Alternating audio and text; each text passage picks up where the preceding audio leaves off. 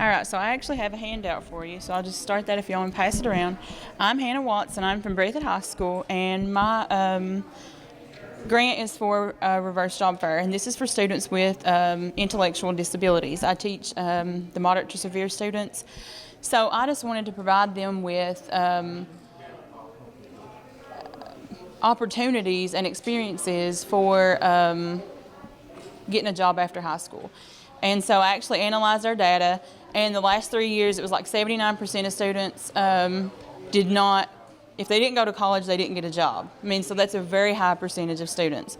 That's the moderate to severe population of students. So we did have like a couple that got a job. And so I just wanted to, my research question is, if you provide them with experience and exposure, will those students obtain a job after high school? And so through this grant, we are actually doing display boards where they research a job that they're interested in, and then they create a display board, and we work on interviewing skills. We've actually already done a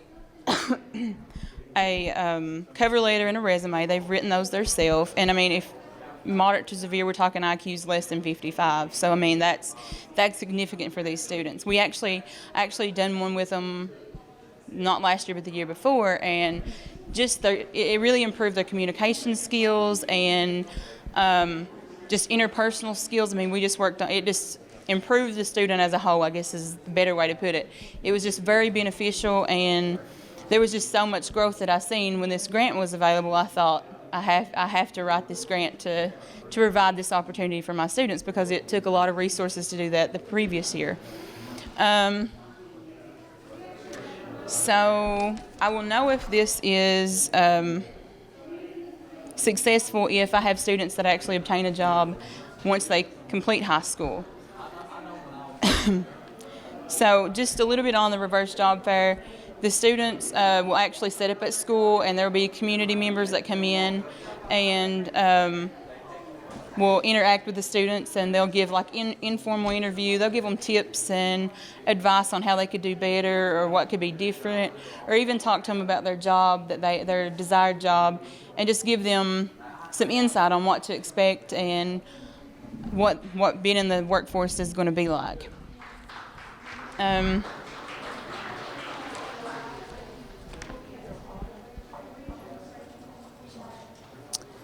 So my students are really, really excited about this, because it provides them with opportunities that they wouldn't get if we didn't do this at school.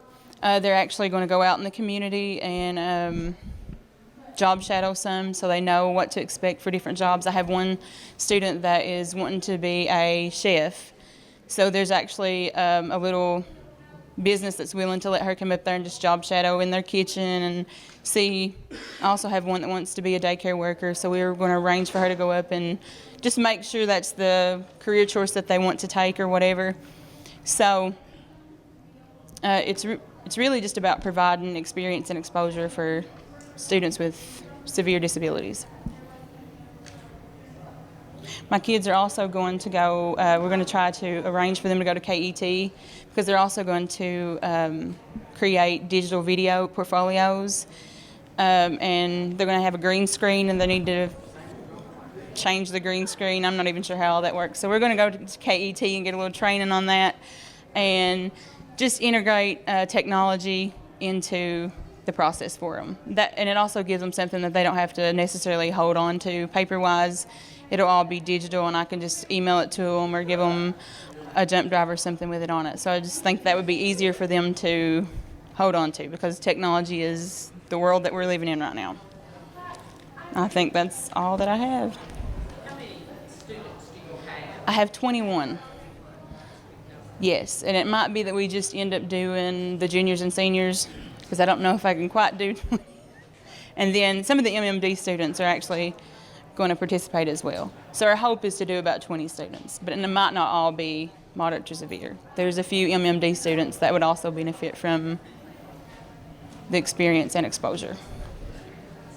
How do you choose the community partners to bring into the school? We're actually going to advertise that in the newspaper. The students are going to create an ad put that in there. I also have contacts from the previous reverse job fair that we did. I'm going to contact those and see if they would be interested in coming as well. People from the Board of Education also come down, and it's really comforting for my kids to get to see those friendly faces and interact with them in a more formal setting.